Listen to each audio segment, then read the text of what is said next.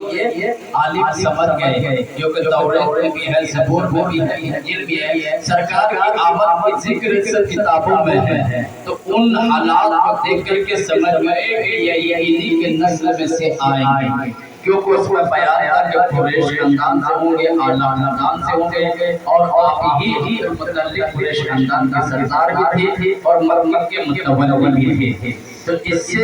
یہودی سمجھ گئے کہ انہی کے نسل میں سے ہوگا۔ تو ان میں ایک میٹنگ بٹھانے کے بعد کہا کہ جو عبداللہ کا سر قلم کر کے لائے گا ان کو اتنی دولت دی جائے گی، اتنی دولت دی جائے گی کہ وہ سات خود تک بیٹھ کر کے کھائیں گا۔ اس نے کہا یہودی کے عالم، یہودی دین کے دشمن شروع سے ہی رہے، شروع سے یہودی دین کے دشمن رہے۔ تو اس میں سے ایک نوجوان اٹھا اور کہا، وہ پریشان تھا، اب غریبی کا آگا بھی تھا، تو اس نے کہا کہ میں لے کر کے آؤں گا۔ کہا کہ تم لے کر کے آؤ گے تو اتنی دولت دی جائے گی کہ تم سات نسل تک بیٹھ کر کے کھاؤ گا۔ ٹھیک ہے، پتہ بتاؤ کہاں ایسے چلے جائیں؟ مکہ ہے، مکے میں جا کر کے پوچھ لینا، اس بچے کا نام عبداللہ ہے اور بڑے اچھے ہیں، بڑے خوبصورت ہے، یہ قد ہے، یہ کاکاٹی ہے، یعنی کہ پورا نقشہ بتایا گیا۔ وہ نوجوان آیا، آنے کے بعد اسی کے تحت نقشے کے تحت حرم شریف سب سے پہلے گیا، یعنی مکہ المکرمہ گیا۔ وہاں کچھ بچے کھیل رہے تھے، انہی بچوں سے پوچھا، انہی بچوں میں آپ بھی کھیل رہے تھے۔ جا کر کے ان بچوں میں جب وہ نوجوان جا کر کے پوچھتا ہے ان بتاؤ کہ یہ عبداللہ کہاں رہتا ہے؟ پوچھا جو اتفاق سے انہی سے پوچھا گیا، عبداللہ ہی سے پوچھا گیا۔ ان سے پوچھا کہ بتاؤ بچوں جو عبداللہ کو جانتے ہو، یہ عبداللہ کہاں رہتے ہیں؟ تو آپ نے پوچھا آپ کہاں سے آئے، کیا کام ہے؟ کہا میں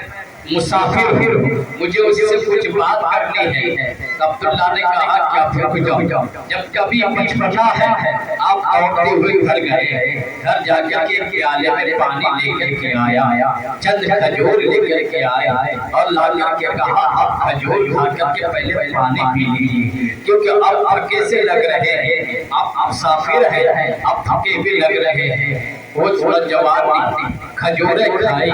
کہا کہ اچھا پہلے بتا دو عبداللہ رہتے کہاں ہیں؟ سب بتا دی، پہلے آپ پانی پی لیجیے۔ اپنا کھجوریں کھایا، کھانے کے بعد پانی پیا، پانی پینے کے بعد اس کے بعد اب بتا دو کہاں کام ہے؟ کہنے لگا اب وہ سب یہ نہیں سمجھ پایا کہ یہی اللہ ہے۔ اس نے یہ سوچا کہ اتنا اچھا بچہ نہ مجھے جان پہچان اور میری اتنی خاطر کر رہا ہے، لیکن ان نسل میں خاطر کرنا ہے، ان کی ذات میں خاطر لکھا ہوا ہے، ان کی خون میں خاطر لکھا ہوا ہے، میرے ایسے سے برباد جاؤ۔ اس نوجوان نے سوچا یہ اچھا بچہ لگ رہا، ان کو صحیح بتا دی جائے۔ کہا کہ میں شہر سے آیا، میں عبداللہ کا سر قلم کرنے کے لیے آیا۔ انہوں نے کہا کہ جب عبداللہ کا سر قلم کر کے لائے ان کو اتنی دولت دی کہ وہ سات پشت تک بیٹھ کر کے کھایا، اسی لیے میں ان کو سر قلم کرنے کے لیے آیا۔ اتنا کہنا تھا۔ عبداللہ کہتے ہیں کہ جس بچے کی تلاش میں تم آئے ہو، جس کے سر قلم کرنے کے لیے تم آئے ہو، جس کے لیے دولت کی لعنت میں تم آئے ہو، وہ عبداللہ تمہارے سامنے کھڑا ہے، کوئی دوسرا نہیں، یہی وہ عبداللہ ہے۔ اتنا کہنا ہوتا ہے، تاریخ بتاتی ہے اس نوجوان کا کایا لڑ جاتا ہے اور چیخ کر کے کہنے لگتا ہے کہ یہی وہ عبداللہ ہے جس کے میں سر قلم کرنے کے لیے آیا۔ اتنا حسین جمیل بچہ، اتنا خوبصورت بچہ، اتنا اخلاق اچھا، اور پھر سامنے کہہ رہا ہے کہ یہی عبداللہ ہے جو سر قلم کر لو، لہذا مجھے ایسے دولت کی ضرورت نہیں ہے، ایسے پیسے کی ضرورت نہیں ہے، یہ اپنا ہاتھ نکال مجھے اپنے دعوت سے وابستہ کر۔ سبحان اللہ، سبحان اللہ۔ پڑھو رسول پاک پر درود پاک، اللہ رب محمد صلی اللہ علیہ وسلم، نحن عباد محمد صلی اللہ علیہ وسلم، صلی اللہ علیہ وسلم علیک یا رسول اللہ صلی اللہ علیہ وسلم۔ عبداللہ نے کہا سیدہ آمنہ رضی اللہ عنہا کے ساتھ کیا جاتا ہے۔ میرے عزیز وہ آمنہ جس کے پردے کے بارے میں پورا مدینے میں چرچا تھا کہ یہ لڑکی اتنی پردے دار ہے، اتنی حیادار ہے کہ آج تک کسی نے ان کے شکل تک نہ دیکھا، اتنے پردے کے آیا ہے۔ تو میرے عزیز کا نکاح جب عبداللہ سے ہوا، تاریخ بتاتی ہے کہ نکاح کے چند ہی دن گزرے، چند دن گزرنے کے بعد عبدالمطلب کے سامنے بیٹھ کر کے عبداللہ کہتے ہیں بابا میں پردیس جانا چاہتا ہوں کیونکہ شادی کے خرچ ہو گئے ہیں، پیسے کے حالات کمزور ہیں، میں جانا چاہتا ہوں پردیس تجارت کے لیے کہ تھوڑے دیر کے بعد پھر میں واپس آ جاؤں گا۔ جب عبداللہ نے کہا تو عبدالمطلب نے جواب دیا بیٹا ابھی تو تمہارے نکاح کے چند ہی دن گزرے ہیں، ابھی تم کہیں جانا چاہتے ہو، یہ اگر اجازت نہیں ہو تو اپنی بیوی سے جا کر کے اجازت دو، یہ بات اگر پوچھنی ہو تو اپنی بیوی سے جا کر کے پوچھو۔ عبداللہ گھر کے اندر جاتے ہیں، آمنہ سے جا کر کے بیان کرتے ہیں آمنہ میں کچھ دن کے لیے پردیس جانا چاہتا ہوں، کچھ دن کے لیے میں باہر جانا چاہتا ہوں کیونکہ شادی سے تھوڑا دستی آ گئی ہے، اس ٹائم پر غریبی کا عالم تھا۔ تو آمنہ نے کہا کہ میرے ساتھ ابھی تو نکاح کے چند ہی دن گزرے ہیں، ابھی تو جی بھر کے اپنے دیکھا بھی نہیں ہے، اپنے دل کی باتیں بھی نہیں بیان کی، ابھی تو ہم نے حضرت بری نگاہ سے آپ کو دیکھا بھی نہیں ہے، ابھی سے مجھے چھوڑ کر کے جا رہے ہیں، ابھی سے مجھے چھوڑ کر کے جانے کی باتیں کر رہے ہو۔ تب اللہ نے کہا دیکھو کچھ دستے کے عالم ہے، چند دن کے بعد واپس آ جائیں، اللہ تعالیٰ تک واپس آ جائیں گے اتنے دنوں کے بعد۔ یہ کہا اس کے بعد آمنہ نے اجازت دی کہ ٹھیک ہے۔ میرے عزیز وعدے کے مطابق تاریخ دکھاتی ہے کہ عبداللہ پردیس چلے گئے، جانے کے بعد میرے عزیز وہ شوہر کوئی بھی ہو اس عورت سے پوچھو جس کا شوہر پردیس جاتا ہے وہ ایک دن کی ہے، ایک دن کم ہوئے، اب یہ دن کم ہوئے، پھر جب وہ کہتے ہیں 15 دن کے بعد آؤں یا 2 مہینے کے بعد آنا تو وہ 2 مہینے ان کو پہاڑ کی طریقے سے گزرتے ہیں، ایک دن اتنے لگتے ہیں کہ آج ایک دن کم ہو گئے، کل 2 دن کم ہو گئے، پرسوں 3 دن کم ہو گئے، اسی طریقے سے دن گرتے وہ دن قریب آ گیا، یہ دن کا آنے کا وعدہ کیا تھا۔ تاریخ بتاتی ہے آمنہ صبح اٹھتی ہے، اٹھ کر کے گھر کی صفائی کرنے لگ جاتی ہے، جلدی سے کھانا تیاری کرنے لگ جاتی ہے، کھانا تیار کرنے لگتی ہے۔ جب عبدالمطلب نے یہ حال دیکھا تو پوچھا پھر یہ بتا کہ آج تو اتنا خوش نظر آ رہی ہو، تو آمنہ جواب دیتی ہے بابا آپ کا عبداللہ جو پردیس گئے ہیں انہوں نے یہ وعدہ کیا تھا آج کے دن واپس آئیں گے اور آ کر کے ہمارے ساتھ کھانا بھی تناول فرمائیں گے، محبت بھری باتیں بھی ہوگی، حسرت بھری نگاہ بھی دیکھیں گے، یہ کہہ کے گئے تھے تو لہذا اس لیے میں جلدی کھانا تیار کر رہی ہوں کہ ابھی عبداللہ تشریف لا رہے ہوں گے، ابھی عبداللہ واپس آ رہے ہوں گے۔ اللہ اکبر، میرے عزیز اس کا یہ دور تھا جب بھی کوئی پردیس سے واپس آتا تھا تو 3 کے وقت میں واپس آتا تھا، کیونکہ رات میں چور ڈاکو لگتے تھے، رات میں اپنا پراؤ ڈال کر کے رک جاتے تھے، رات میں سفر نہیں کرتے تھے بلکہ دن میں سفر کیا کرتے تھے۔ دھیرے دن ختم ہونے پر آیا، سورج ڈوبنے لگا، آمنہ کہنے لگی اب سفر کا باندھ ٹوٹ گیا۔ آمنہ کہتی بابا ذرا باہر جا کر کے پتہ لگائیے، آج عبداللہ کا آنے کا وعدہ تھا ابھی تک آیا نہیں ہے۔ تاریخ بتاتی ہے عبدالمطلب باہر نکل کر کے کعبے کے پاس جاتے ہیں، جیسے ہی کعبے کے پاس پہنچتے ہیں دیکھتے کیا ہے ایک نوجوان دوڑتا ہوا چلا رہا ہے، دوڑتا ہوا چلا رہا ہے، پوچھ رہا ہے رک جاؤ۔ عبدالمطلب ٹھہر جاتے ہیں، کعبے کے پاس ٹھہر جاتے ہیں، نوجوان آتا ہے، آ کر کے پوچھتا ہے کیا نام آپ کا نام عبدالمطلب ہے؟ ہاں میں عبدالمطلب ہوں۔ اب کعبے کو متولی ہو؟ ہاں میں کعبے کو متولی ہوں۔ کیا آپ عرب قریش کے سردار ہو؟ کیا ہم قریش کے سردار؟ یہ نوجوان بتا تو صحیح بات کیا ہے؟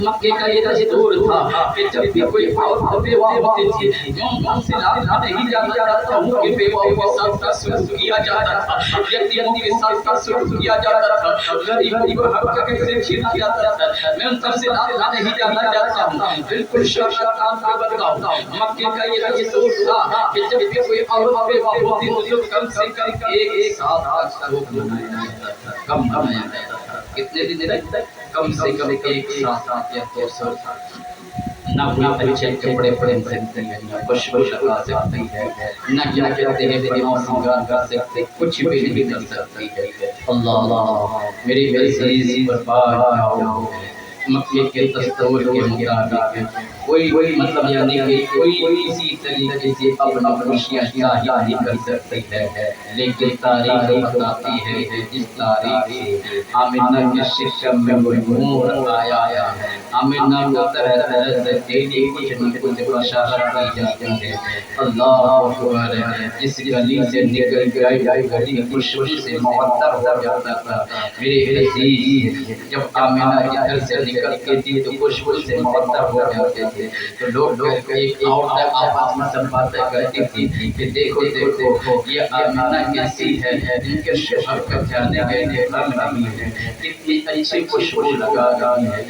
کتنی مہنگی لگا رہی ہے کہ جس گلی سے نکل جاتی ہے وہ گلی مہنگ جاتی ہے۔ یہ تو بڑے بڑے رئیس اور مالدار گھروں میں اتنی مہنگی کی طریقہ ہوگی۔ اللہ اکبر، پورے مکے میں سب عورتوں میں سے چرچا چل رہی تھی، سب کے آپس میں باتیں ہو رہی تھی۔ جب یہ باتیں دھیرے دھیرے چاروں طرف پھیلنے لگی تو کچھ نوجوانوں نے اکٹھا ہو کر کے یہ کہا کہ کیوں نہ ہو جا کر عبد المطلب سے جا کر کے یہ بات بتائیں کہ عبد المطلب ہمارے مکے کے سردار ہیں اور کعبے کے متولی بھی ہیں، اور ان کی بہو کا یہ عالم ہے، لہذا ان کو بتایا جائے۔ تاریخ بتاتی ہے کہ عبد المطلب کعبے کے اندر طواف کر رہے تھے، جب کعبے کے اندر طواف کر رہے تھے چند نوجوان وہاں کھڑے انتظار کر رہے تھے کہ کب یہ باہر آئے تو ان سے کی شکایت کی جائے۔ عبد المطلب کعبے کے طواف کر کے جیسے ہی کعبے کے طواف کرنے کے بعد کعبے کے دروازے کو بند کر کے باہر نکلتے ہیں، وہ چند نوجوان کھڑے تھے، انہوں نے کہا یا مطلب اب رک جائے، آپ ہمارے قریش خاندان کے سردار ہو۔ ہاں میں قریش خاندان کا سردار ہوں، اب تو ہمارے کعبے کے متولی ہو۔ ہاں میں آپ کے کعبے کا متولی بھی ہوں۔ کہا کہ آپ کو یہ بھی پتہ ہے کہ ہماری طرف کا یہ دستور ہے کہ کیا کہتے ہیں کہ جو عورت بیوہ ہوتی ہے تو کم سے کم ایک ساتھ کا سلوک منانا چاہیے۔